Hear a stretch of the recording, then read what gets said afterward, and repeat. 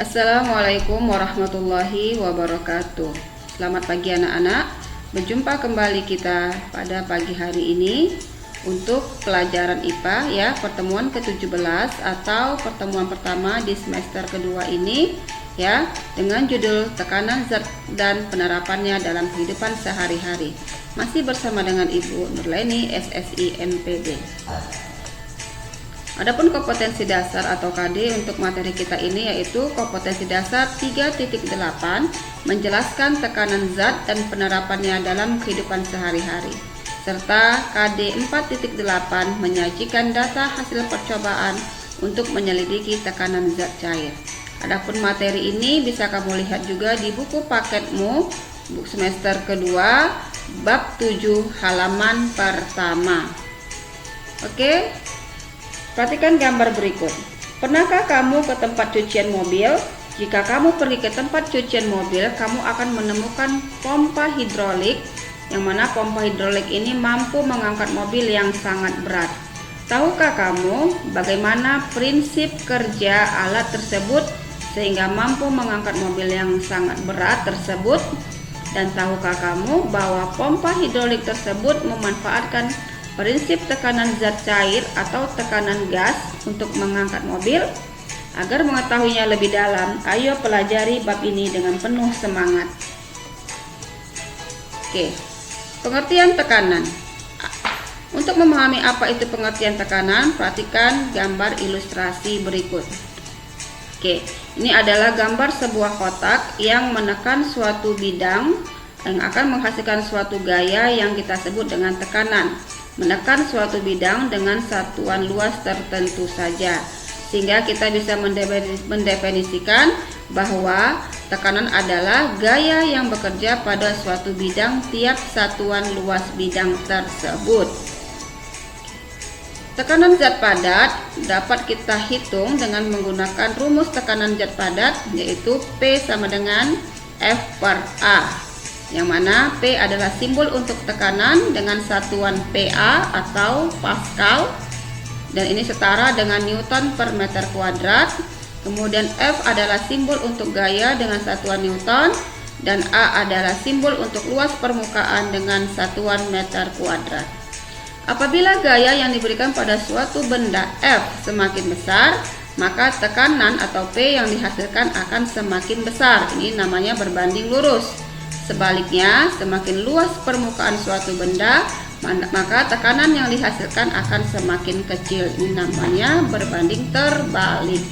Oke, sebagai contoh soal, sebuah balok memiliki panjang P 12 cm, lebar L 8 cm, dan tinggi T 3 cm, serta berat sebesar 30 Newton. Jika balok tersebut diletakkan dengan posisi seperti pada gambar berikut, ya, tentukan besar tekanan pada posisi balok tersebut.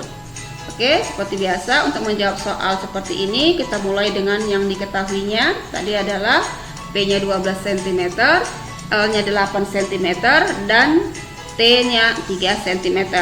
Sedangkan beratnya atau gayanya, ya, simbol tadi adalah F 30 Newton. Yang ditanya adalah tekanan atau simbolnya P sama dengan titik-titik. Oke, penyelesaiannya ya. Tadi kita ketahui bahwa rumusnya adalah P sama dengan F per A. Ya, di sini kita harus mencari dulu luasnya atau A-nya ya. Yang mana untuk mencari luas ya, yang menjadi luas di sini adalah bagian yang bersentuhan langsung dengan bidang yang disentuhnya. Jadi kalau kita gambarkan bagian dalamnya ya, jadi luas bidang yang menekan itu adalah yang bagian bawahnya, atau ini yang Ibu arsir. Nah, untuk mencari luas bidang di arsir ini yaitu dengan menggunakan rumus ya, ini tadi panjang kemudian dikalikan dengan lebarnya. Jadi ya, jadi untuk mencari luas permukaannya P dikali L. Jadi T di sini tidak kita gunakan ya, karena yang dicari hanya panjang dikali lebarnya saja. Kemudian kita masukkan angkanya, yang mana P tadi 12 cm, L-nya 8 cm. 12 dikali 8, 96 cm kuadrat. Kemudian cm kuadrat kita rubah ke dalam satuan meter kuadrat, kita bagi 10.000 ya menjadi 0,0096 meter kuadrat. Kemudian setelah itu kita masukkanlah ke rumus yang P sama F per A tadi ya, F nya 30 Newton, kemudian A nya tadi kita peroleh 0,0096 meter kuadrat, jadi diperolehlah hasilnya 3125 Newton per meter kuadrat, atau boleh juga dalam satuan Pascal atau menjadi 3125 Pascal. Oke, kemudian kita lanjut berikutnya, yaitu contoh penerapan tekanan zat padat itu. Misalnya, oke, ini adalah gambar sol sepatu bola berupa tonjolan di bagian bawahnya itu ya, agar bisa menekan lebih kokoh ke tanah, sehingga pemain bola ketika menggunakan sepatu ini tidak mudah tergelincir. Kemudian ini adalah gambar kapak ya, yang mana mata kapak itu ini luas bidangnya dibuat kecil atau tajam, sehingga tekanan yang dihasilkan lebih kuat dan memudahkan untuk memotong kayu. Kita lanjut ya, tekanan zat cair atau hidrostatis. Apa itu tekanan zat cair? Tekanan zat cair itu adalah tekanan yang diberikan oleh cairan ke sekitarnya. Ya, semakin dalam zat cair, semakin besar tekanan yang dihasilkan. Ini kita bisa buktikan dengan percobaan seperti berikut. Jadi ini adalah gambar di mana sebuah tabung atau botol kita isi dengan air, kemudian kita beri lubang dengan posisi yang berbeda. Di lubang 1, lubang kedua, dan ini lubang ketiga ya, dimana posisi ketiganya ini kedalamannya berbeda. Ketika diisi air, otomatis air akan keluar dari ketiga lubang tersebut. Apa yang kita lihat perbedaannya? Kita bisa lihat di sini bahwa ya, pada lubang 1 pada posisi dangkal ya, karena di antara ketiga ini dia merupakan posisi yang paling dangkal, menghasilkan tekanan yang rendah. Kemudian pada lubang kedua, di mana posisinya sedang, ini akan menghasilkan tekanan yang sedang juga.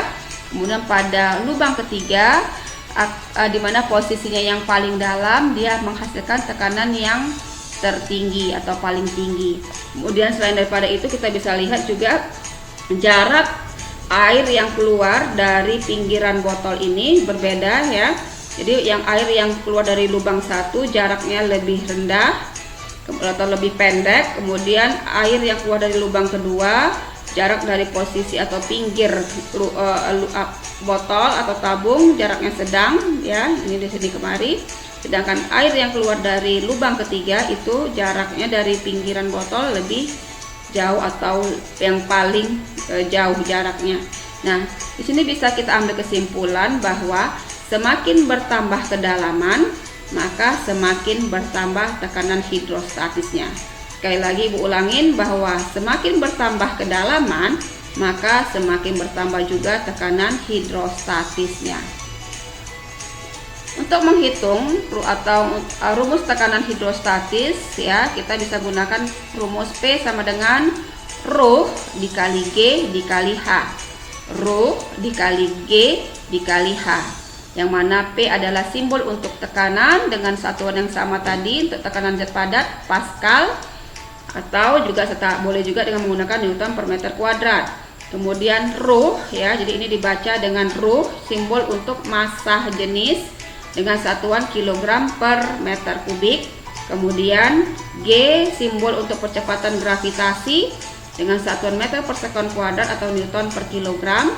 Dan H simbol untuk kedalaman cairan dari permukaan dengan satuan meter. Oke, contoh soal. Hitunglah tekanan hidrostatis yang dialami penyelam ya, yang berada 40 meter di bawah permukaan laut. Massa jenis sama dengan 1000 kg per meter kubik dan percepatan gravitasinya 10 meter per sekon kuadrat. Oke, mari kita kerjakan. Seperti biasa kita buat diketahui. Jadi H ya, H itu tadi adalah kedalamannya, yang mana kedalaman itu cara menghitungnya adalah dari permukaan air ya ke posisi si penyelam. Jadi sekali lagi, kedalaman itu adalah diukur dari permukaan air ke posisi si penyelamnya. Ini tadi besarnya 40 meter. Kemudian dilanjut, tadi ada lagi diketahui ya, diketahui bahwa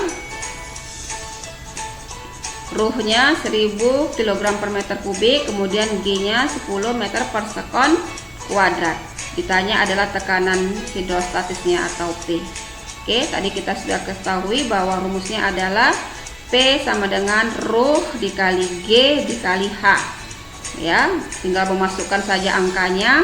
Ruh tadi 1000 kg per meter kubik, G tadi 10 meter per sekon kuadrat, dan H tadi 40 meter. Setelah kita kalikan, diperolehlah nilainya sebesar 400.000 Pascal. Ya, sekali lagi hasilnya adalah 400.000 Pascal, atau boleh juga kita jadikan menjadi satuan kilo Pascal, berarti dibagi dengan 1000, dapatlah hasilnya 400 kilo Pascal atau kPa. Contoh penerapan tekanan hidrostatis ya. Ini tadi penyelam ya. Kita ketahui bahwa penyelam itu semakin dalam dia menyelam, maka telinganya itu akan semakin sakit karena tekanan yang dihasilkannya semakin besar. Kemudian pada bagian dasar bendungan atau waduk itu dibuat lebih tebal dibandingkan bagian atasnya, yang mana fungsinya adalah untuk menahan tekanan yang semakin besar, semakin ke bawah semakin besar. Kemudian lubang kuras bak mandi itu diletakkan di paling bawah agar mempermudah air keluar karena tekanan yang dihasilkannya pun semakin besar. Kemudian pengecekan tekanan darah sebelum pemasangan infus ya. Ini gunanya agar mengalir, yang mana tekanan darahnya harus lebih rendah daripada tekanan infusnya. Oke, ini ada tugas ya untuk melihat apakah kalian sudah memahami materi yang Ibu sampaikan, yaitu tugas 7.1 ada 1, 2 ya. Kemudian dilanjutkan ke berikutnya 3, 4 dan 5. Jadi seperti biasa, silakan dikerjakan di kertas double foliomu, tuliskan nama, kelas dan mata pelajaran. Oke, Ibu rasa cukup sekian materi kita pada hari ini. Mudah-mudahan apa yang Ibu sampaikan dapat kamu pahami. Terima kasih dan wassalamualaikum warahmatullahi wabarakatuh.